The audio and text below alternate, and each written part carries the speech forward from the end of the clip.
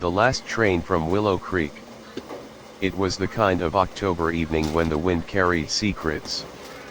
Willow Creek, a quiet New England town, lay under the soft hum of neon lights from its single diner and the distant rattle of freight trains. At 72, Detective Frank Mallory had thought his crime-solving days were behind him. Retired since '79, his world was golf on Thursdays, bourbon on Fridays, and stories that nobody asked him to tell. But that call changed everything. It came just after sunset, when the sky turned copper behind the maples. The voice on the line was soft, female, familiar in a way that prickled memory. "Frank, it's Martha. You remember me, don't you?" Mallory leaned back in his leather chair, the cord curling around his wrist like a question. Martha Evans. I haven't heard that name since Eisenhower was in the White House. What's this about? There was a pause, the kind that suggested a cigarette being lit and an old fear being rekindled. "It's about Jack," she whispered. "Jack's dead." Frank's jaw tightened. Jack Connolly. The name pulled him back to 1954, the year everything changed. He hadn't seen Jack since that summer at Lake Meredith, the summer of secrets. And now, nearly 30 years later, the man was dead. "Where are you?" Frank asked. "Willow Creek Motel. Room 6. Please, Frank, don't tell anyone you're coming." He stared at the phone long after the line went dead. Chapter 1, The Ghosts of 1954. Willow Creek hadn't changed much since Frank last walked its streets. The hardware store still stood like a stubborn mule, the old movie theater was now a church, and the diner smelled of coffee and regret. Driving past those places in his '78 Buick, Frank felt the weight of decades pressing on his chest. He parked outside the motel, its neon vacancy sign flickering like a dying star. Room 6's curtain was drawn tight. He knocked. Once. Twice. No answer. "Martha," he called. The door creaked open. The room smelled faintly of Chanel No. 5 and something metallic. Blood. Martha lay sprawled on the carpet, her blonde hair fanned like a halo gone wrong. A .38 revolver rested near her limp hand, but Frank knew a staged scene when he saw one. The shot was clean, too clean, and there were no powder burns on her hand. This wasn't suicide. On the dresser sat an old photograph, 4 young faces smiling in the summer sun: Jack Connolly, Martha Evans, Frank Mallory, and Eleanor Price. Eleanor. The name that still made him wince. Frank slipped the photo into his pocket just as he heard the crunch of tires on gravel outside. Instinct pushed him into the bathroom. Through the crack of the door, he saw a man enter, tall, mid-50s, trench coat, fedora tilted low.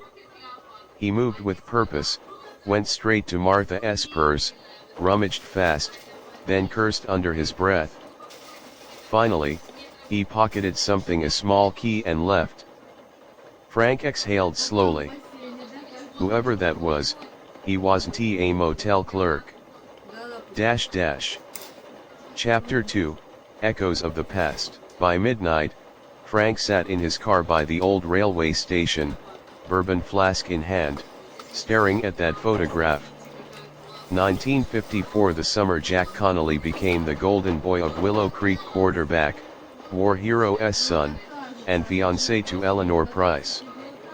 Frank had been just a rookie cop then, head over heels for Eleanor, though she barely noticed him. That summer ended with a scandal no one could talk about. Eleanor vanished. Rumor said she ran off with some drifter. Jack married Martha instead. Frank left town a year later, carrying more regret than luggage. Now Jack was dead. Martha was dead. And someone wanted a key badly enough to kill for it. Frank needed answers, and one man could give them, Reverend Samuel Price, Eleanor's brother. Last Frank heard, Samuel ran the church that used to be the movie theater. The church smelled of old wood and incense. Reverend Samuel had aged into a thin man with silver hair and eyes like polished stones. "Frank Mallory," he said, voice steady but cold. "Haven't seen you since." Since Eleanor disappeared, Frank finished. A muscle twitched in Samuel's jaw. "You here for Martha's funeral?" "I'm here because she called me." Said it was about Jack. Samuel's face darkened. "Jack Connolly died 3 days ago. Heart attack, they said." "But Martha, poor Martha." "Someone staged her death to look like suicide," Frank said. "And someone was after something in her purse. You know what that might be?" Samuel hesitated, then walked to an old oak desk. He opened a drawer, pulled out an envelope, and handed it to Frank. Inside was a single sheet of paper, yellowed with time, Willow Creek storage. Locker 117. Key enclosed. But the key was gone. Chapter 3, The Storage Locker. Locker 117 sat in a dimly lit storage facility near the old train yard.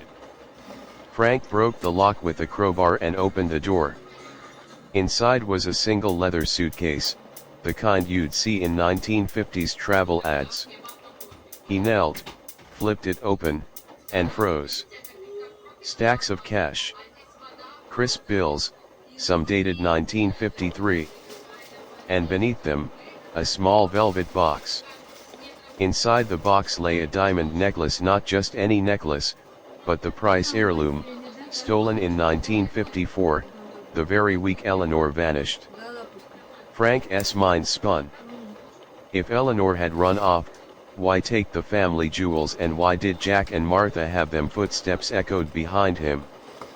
Frank turned, but the crowbar never left the ground. The trench coat man stood in the doorway, a gun aimed steady. "Evening, detective," he said with a grin that didn't reach his eyes. "You always were 2 steps behind." Frank studied him.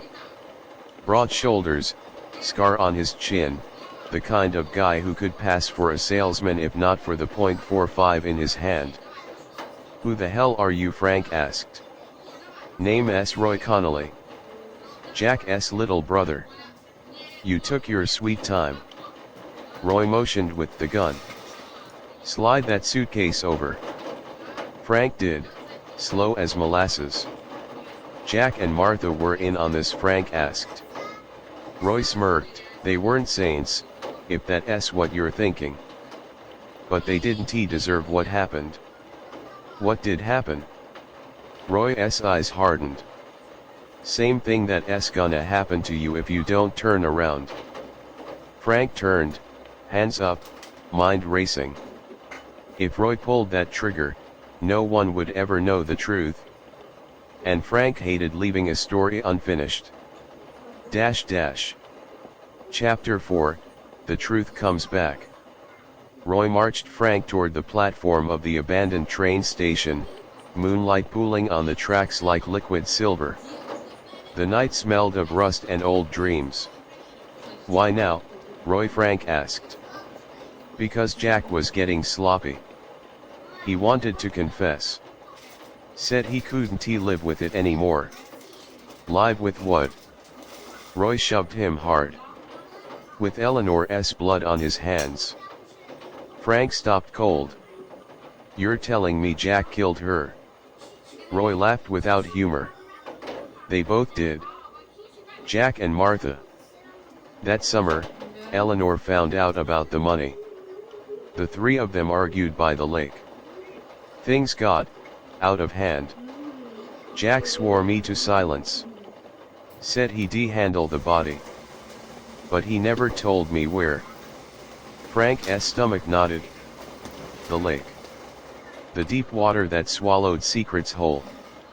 And the necklace. They kept it? Insurance, Jack said. Insurance that bought them 30 damn years of lies. Roy cocked the gun. Now, about that suitcase. A voice cut through the night like a blade. Drop it, Roy. Frank turned.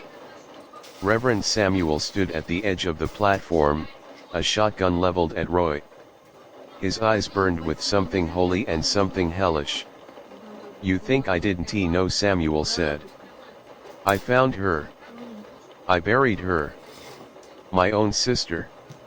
Roy's grip tightened on the .45. She would be. He ruined everything, he hissed. She was my blood, Samuel roared, and the shotgun thundered. Roy flew back, the gun spinning into the dark. Silence followed, broken only by the whistle of a distant train that would never stop here again. Epilogue. The papers called it the Willow Creek Revelation. Sheriff's men dragged the lake and found Eleanor's remains in a rusted car, weeds curling through its frame like skeletal fingers. Samuel confessed to burying the truth, not the body. He served 10 years and died behind bars. Roy Connolly didn't make it past midnight. As for Frank Mallory, he stood once more on that empty platform a week later, the autumn wind cutting through his coat. He thought of Eleanor, her laughter, her grace, the way she made summer feel endless. 30 years, and the truth was uglier than he'd imagined. Frank lit a cigarette, exhaled slow. In the distance, a freight train moaned, carrying someone else's secrets through the night. And Frank Mallory walked away, knowing some ghosts never stop riding the rails.